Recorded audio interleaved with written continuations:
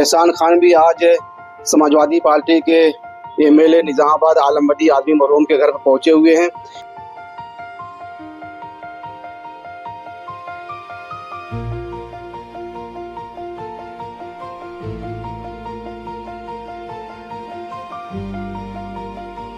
जो परिवार का दर्द है वो तो हम नहीं कह सकते, लेकिन हमें कितना दर्द है बस वो अल्लाह ही जानता है। जब मैं लोहरा की कुर्बानी को लेके सुप्रीम कोर्ट का आदेश था, इम्प्लीमेंट नहीं हो रहा था, मैं मोर्चा खोला हुआ था, तो आलम बदी आदमी साहब इस मिल्लत के लिए 2 बार मेरे यहाँ गए। मेरे साथ रह के विधायक रहते हो समाजवादी पार्टी का, मैं बागी हूँ। इतना बड़ा विवाद जिससे दंगा भड़क जाता, एक लड़के का कत्ल होगा, कौन कसूर है कौन नहीं कसूरवार मैं उसमें नहीं जाना चाहता।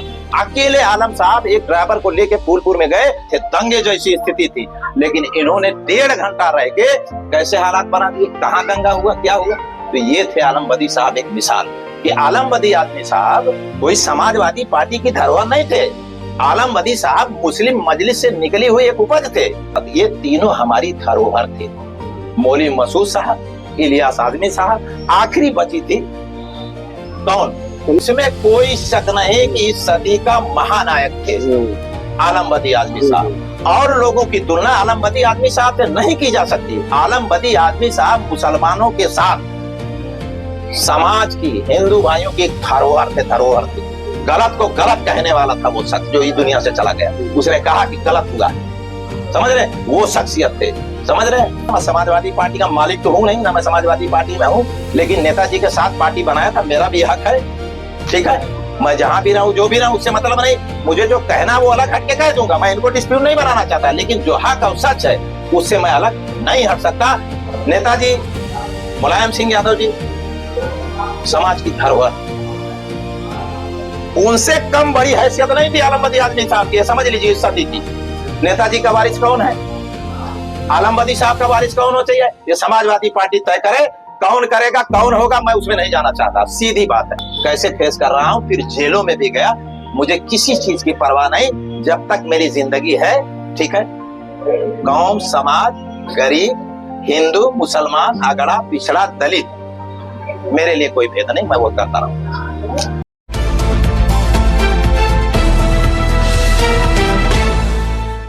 साथियों, मैं हूं शमीम जराजपुरी और आप देख रहे हैं खबरों नजर चैनल। मैं इस वक्त मौजूद हूं समाजवादी पार्टी के एमएलए निजामाबाद आलमबदी आजमी मरहूम के घर पर। एहसान खान जो 2008 में आजमगढ़ सदर लोकसभा से आप प्रत्याशी रह चुके हैं कांग्रेस पार्टी से, और समाजी और मिली सियासी मसाइल को लेकर आप हमेशा लड़ाई लड़ते रहते हैं। और इनकी एक खूबी है कि हमेशा आप मजलूमों के साथ खड़े रहते हैं और जालिमों से लड़ते रहते हैं, और जात बिरादरी और मजहब से ऊपर उड़कर आप समाज के हर तबके के दुख दर्द में और उनके गम में शरीक रहते हैं। और एहसान खान भी आज समाजवादी पार्टी के एमएलए निजामाबाद आलमबदी आदमी मरहूम के घर पर पहुंचे हुए हैं। एक बेबाक रहनुमा है, एक लीडर आप सियासी और मिली रहनुमा है। एहसान साहब, क्या कहना है, आलमबदी साहब आज हमारे दरमियान में नहीं है, जो उनकी मिली खिदमात रही हैं, जो सियासी खिदमात रही हैं, जो समाज के लिए उन्होंने कुर्बानियाँ दी हैं, क्या तासुरात हैं, क्या प्रतिक्रिया है आपकी? देखिए, सबसे पहले तो मैं ये कहूँगा कि भाई जो परिवार का दर्द है वो तो हम नहीं कह सकते, लेकिन हमें कितना दर्द है बस वो अल्लाह ही जानता है, ठीक।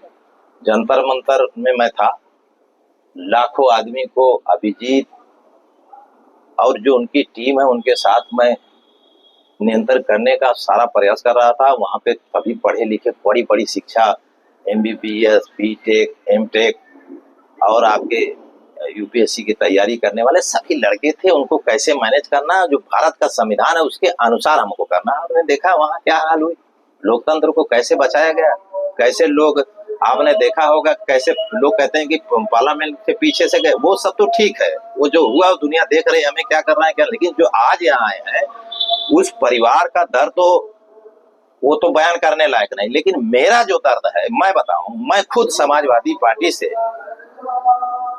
फाउंडर मेंबर हूँ। अल्लाह ताला उनको जन्नत नसीब करे कि जब मैं लोहरा की कुर्बानी को लेके सुप्रीम कोर्ट का आदेश था, इम्प्लीमेंट नहीं हो रहा था, मैं मोर्चा खोला हुआ था, तो आलम बदी आदमी साहब इस मिल्लत के लिए 2 बार मेरे यहाँ गए, मेरे साथ रह के विधायक रहते हुए समाजवादी पार्टी का मैं बागी हूँ, मेरे साथ उन्होंने प्रेस कॉन्फ्रेंस करी। मैं एक मिसाल देना चाह रहा हूँ आलम बदी आदमी साहब का, ये धरोहर थी, ये मुस्लिम कौन नहीं समाज की। आप बताइए, आप मुझे बताइए कि एक विवाद पैदा कर दिया यहाँ पे फूलपुर में, इतना बड़ा विवाद जिससे दंगा भड़क जाता, एक लड़के का कत्ल होगा, कौन कसूर है कौन नहीं कसूरवार मैं उसमें नहीं जाना चाहता, ठीक है, लेकिन वहां पर फूलपुर में ऐसे हालात पैदा कर दिए गए कि कोई नहीं कंट्रोल कर पाता। अकेले आलम साहब एक ड्राइवर को लेके फूलपुर में गए, 500, वहां पे सोनकर बिरादरी बहुत सशक्त है, सारे लोग रोड पे थे, दंगे जैसी स्थिति थी, लेकिन इन्होंने 1.5 घंटा रह के कैसे हालात बना दिए, कहाँ दंगा हुआ क्या हुआ। तो ये थे आलम बदी साहब एक मिसाल। और ये कहना कि जब भी कहीं आजमगढ़ में विवाद होता था तो आलम बदी साहब वहां पहुंचते थे तो विवाद खत्म हो जाता था। बिल्कुल हो जाता था, मैंने बता दिया, फूलपुर की एक मिसाल दे रहा हूँ मैं। फूलपुर का बड़ा मामला था, एक मुसलमान का कत्ल हुआ था, जी जी, समझ रहे हैं, खुलेआम कत्ल हुआ था, तो किसने मारा क्या हुआ, रमाकांत का भी मामला था, तमाम तरीके क्या था विवाद, उसमें मैं नहीं जाना चाहता, लेकिन हकीकत यह है कि वो बहुत बड़े दंगे की स्थिति थी, पूरे सड़कों पे आ गया था, लेकिन उन्होंने जाके 1.5 घंटे में क्या किया, ये शाहिद है, दुनिया जानती है, वो एक मिसाल थे। और दूसरी चीज मैं कहना चाहूंगा कि आलम बदी आदमी साहब कोई समाजवादी पार्टी की धरोहर नहीं थे, आलम बदी साहब मुस्लिम मजलिस से निकली हुई एक उपज थे, और वही नहीं थे, मौली मसूद साहब भी थे, वही मौली मसूद साहब ही नहीं थे बल्कि इलियास आजमी साहब भी थे। इलियास आजमी साहब इस देश की संसद में गए और उन्होंने मिल्लत के लिए और अपने हिंदू भाइयों के लिए क्या क्या किया है। शाहबाद से वो एमपी थे, जाके देखिए पूरे हिंदुस्तान में क्या मिसाल है वो देखिए, पार्लियामेंट में उनका दिया गया बयान देखिए। मौली मसूद साहब को जो राम नरेश यादव के बाद 1997 में सबसे बड़ी ताकत थे, पीडब्ल्यूडी मिनिस्टर थे। आप देखिए कि आप जब दंगा हुआ, नोनारी का फसाद हुआ, जब सजनी में फसाद हुआ, जिस वक्त मौली मसूद साहब, ये तीनों हमारी धरोहर थे। मौली मसूद साहब, इलियास आजमी साहब, आखिरी बची थी कौन, इसमें कोई शक नहीं कि इस सदी का महानायक थे आलम बदी आजमी साहब, ये आप समझ लीजिए। और वो दुनिया से रुखसत हो गए, ठीक है, हमें उनका वजूद चाहिए, हमें उनका वजूद चाहिए। कुछ बातें मैं कहना चाहता हूँ जो बाहर भी कह दूं, वजूद की शक्ल में और नेमुल बदल की शक्ल में आप क्या चाहते हैं? मैं चाहता हूँ, मैंने कह दिया अपनी पोस्ट में कह दिए, 78,000 लोगों ने देखा है। एक चैनल वाला बता रहा था कि आपका ये पोस्ट जो है 2,70,000 लोगों ने देखा है, पूरे देश विदेश में हो। मैंने साफ बात कह दिया, मैं ये कह रहा हूँ कि दोहरी नीति नहीं चलेगी, ये कतई नहीं चल पाएगी, और लोगों की तुलना आलम बदी आदमी साहब से नहीं की जा सकती। आलम बदी आदमी साहब मुसलमानों के साथ समाज की, हिंदू भाइयों की धरोहर थे। यही है शंकर जी की राह, बताइए, यही तमाम बताइए कृष्णानंद की राय की हत्या किसने हत्या किया था, बता दीजिए ना, कृष्णानंद राय की हत्या किसने किया था, पता नहीं किसने किया था, आरोप लगाते हैं लोग ने किसने किया था, नाम लेने की जरूरत नहीं है। अब जब यहाँ पे हमारे व्यापारी साथी ये कहे कि ये गलत हुआ है, तो उस मंच पे कौन खड़ा हुआ था, जाके बता दीजिए। गलत को गलत कहने वाला था वो शख्स जो इस दुनिया से चला गया, उसने कहा कि गलत हुआ, समझ रहे, वो शख्सियत थे, समझ रहे। अब हमें उनको कैसे बरकरार रखना है। मैं समाजवादी पार्टी का मालिक तो हूं नहीं ना, मैं समाजवादी पार्टी में हूं, लेकिन नेताजी के साथ पार्टी बनाया था, मेरा भी हक है, ठीक है, मैं जहां भी रहूं जो भी रहूं उससे मतलब नहीं, मुझे जो कहना वो अलग हट के कह दूंगा, मैं इनको डिस्प्यूट नहीं बनाना चाहता, लेकिन जो हक और सच है उससे मैं अलग नहीं हट सकता, इसमें कोई शक नहीं। मैं एक चीज बताऊंगा कि नेताजी मुलायम सिंह यादव जी समाज की धरोहर, उनसे कम बड़ी हैसियत नहीं थी आलम बदी आजमी साहब की, समझ लीजिए इस सदी की।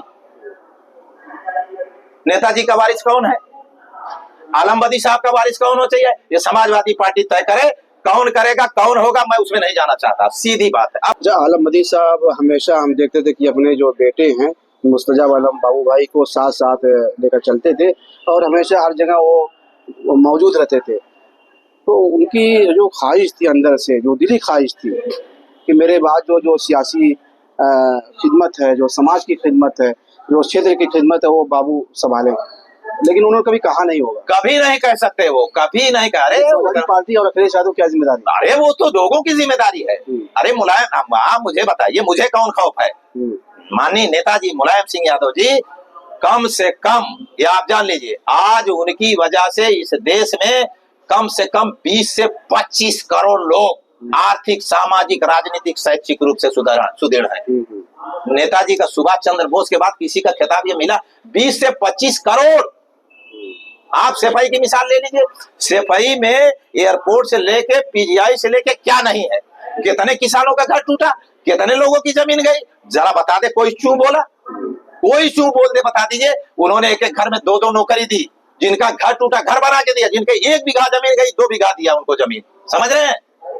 और एक गांव को उन्होंने विश्व पटल पर ला के खड़ा तो किया। आप गम में शरीक होने आए हैं और ताजियत पेश करने आए हुए हैं, जो सगोवार कुंबा है, जो गमज़दा परिवार है, और आपने खराज अकीदत पेश किया। तो अच्छा, हम देखते थे कि आलमदी साहब के अंदर एक दर्दमंद दिल था, और जो लोग भी, और जो भी नौजवान या जो लोग भी मिल्लत के मसाइल को लेकर, समाज के मसाइल को लेकर और सियासी मसाइल को लेकर मुतहर्रिक रहते थे और एक्टिव रहते थे, उनकी खबरगिरी करते थे। हम देखते थे आपको भी बराबर फोन करते थे, वो याद करते। अरे साहब, एकदम तबीयत खराब उनकी, बता रहा हूँ।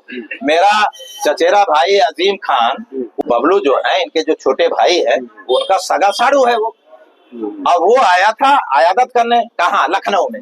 तो उस हालत में उन्होंने पेशा कि अच्छा ऐसा, उनको तो नहीं पहचाना, लेकिन जब छित्तेपुर का नाम बताया तो उन्होंने बताया कि अच्छा एहसान नेता के गांव के, समझ रहे, ये था, इसमें कोई शुबा नहीं।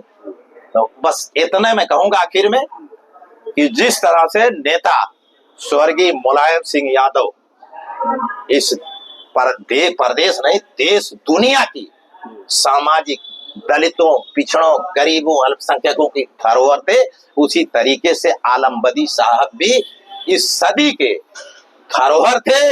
उस धरोहर को हमें कैसे बरकरार रखना है, अखिलेश जी तय करेंगे। शमीम साहब, फूलपुर में एक मुस्लिम लड़की थी, समझ रहे हैं, क्या नाम था, आसिफा, कहाँ गए, उसका आसिफा नाम था। आपने देखा घर से निकली वो जा रही थी और बजाय मुंबई में कहा, कल्याण में जब उसके गार्जियन उसको ढूंढने लगे तो मिली नहीं। उसके बाद फिर पता किया तो पता वो कहाँ मिली, सतना में मिली। आपने देखा यहाँ जौनपुर में सोंगर में एक लड़की का कैसे कत्ल हुआ, पूरी बॉडी उसकी जला। आपने देखा क्या नाम है, कौन भी वो जो हत्या हुई थी, आजाद बिंद की जो हत्या हुई थी, उसमें देखा। आपने देखा अनुराग यादव का जो कत्ल कर दिया गया था, वो उसको देखा। आप यहाँ की तमाम मामले को देख लीजिए। अकेला व्यक्ति हूँ, लेकिन कहाँ कहाँ गया, कैसे फेस कर रहा हूँ, फिर जेलों में भी गया।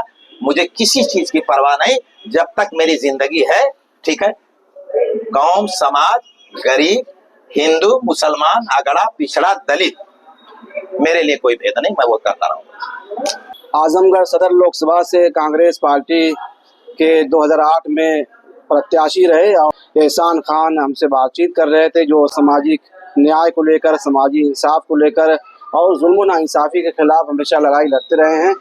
आप बेबाक, मिल्ली व समाजी और सियासी रहनुमा है, और हमेशा हर जगह ये जुल्म के खिलाफ, नाइंसाफी के खिलाफ खड़े रहते हैं, और बिला तफरीक मजहब व मिल्लत और जात बिरादरी से ऊपर उड़कर आप हमेशा लड़ाई लड़ते रहते हैं। और एहसान खान हमसे बातचीत कर रहे थे। खबरों नजर चैनल के लिए शमीम जराजपुरी, आजमगढ़।